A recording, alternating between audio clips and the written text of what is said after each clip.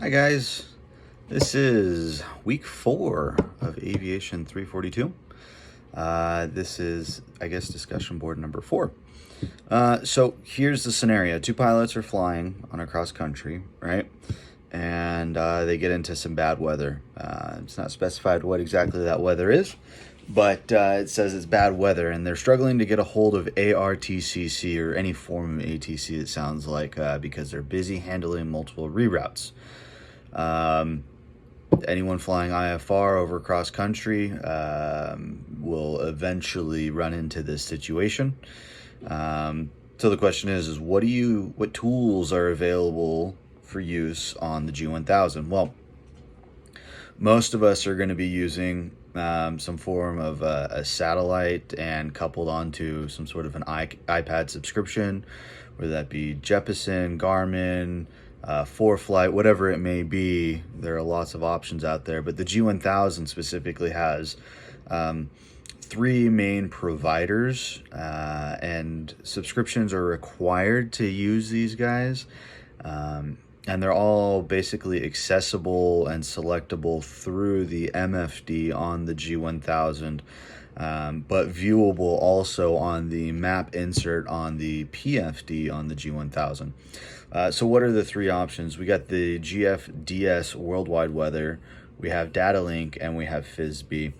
Each one are going to provide us with different options, and I'll provide what I would say is the best option, as I'm sure most people would say it's the best option too. So we'll start with GFDS Worldwide Weather. So this one is basically an Iridium satellite-based weather. You have to have what's called the GSR-56 Iridium satellite transceiver to get a hold of it. And it's only going to give you a couple things. I think this is kind of like the second best option that you have here.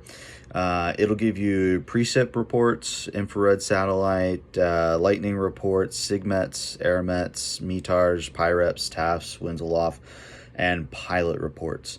So these are all different things you can pull up again on the MFD, and anything that's displayable on the map itself can pull up on the MFD and the PFD map insert. Each one of these things can help you make a better decision on what area to avoid.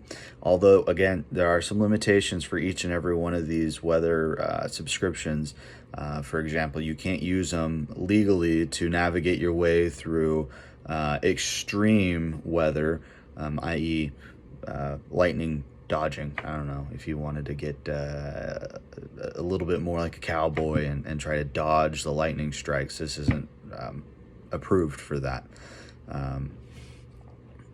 The next one I'll cover is FISB. I'd say this is probably the weakest of all of them, but it's still good enough to help you make that decision of what you should do, whether that be land immediately, turn around, or continue your flying.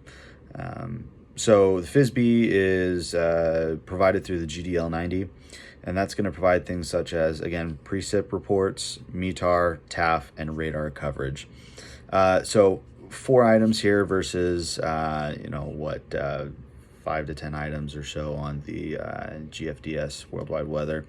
But things like METARs and TAFs and radar coverage and precip, they're all pretty important. These are going to allow you to be able to understand what's happening at each airport, and if it's a good idea to just turn around and not go there. And beyond that, we have what I believe is the best option out of all of them. This is Data Link. Data Link is actually used along multiple different platforms, not just the G1000. I use a Collins-based product in the Challenger that I fly, and we have Data Link also. It's amazing. It'll provide you anything and everything you need to know. That's provided. It's XM satellite weather, right? Provided through the GDL69 Alpha.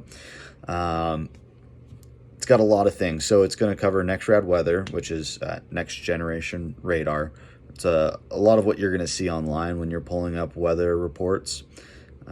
Cloud tops, echo tops, XM lightning, cell movement, SIGMETs, AirMets, METARs, city forecasts, surface analysis, freezing levels, winds aloft, county warnings, cyclone warnings, ice potential, air reports, turbulence, TFRs, TAFs, and PIREPs. So significantly more than everything else here, for a good reason. It is a phenomenal service. The issue is as I'd imagine, most of us don't own the airplanes that we're flying with the G1000s. So that's all. This weather is predicated on who owns the airplane and if they're willing to buy the subscription, or if they even have the transceivers or the equipment, the GDLs, based upon what the owner's budget is, if they can even afford this. So in this scenario, we've got 3 different weather sources that we can use, or weather information services, I should say, that we can use. They're all great, but it just depends if we have them. If we don't, the more conservative thing to do would be just find an airport that's back a ways. Turn around. If you just entered the bad weather, turn around and go find somewhere else to land that's clear in VFR. If you do that, then you're probably not going to have that big of an issue. Get on the ground, figure it out from there, maybe delay it a little bit till the weather passes through, and then you should be good to go. All right, guys, I'll talk to you next week, I guess. Bye.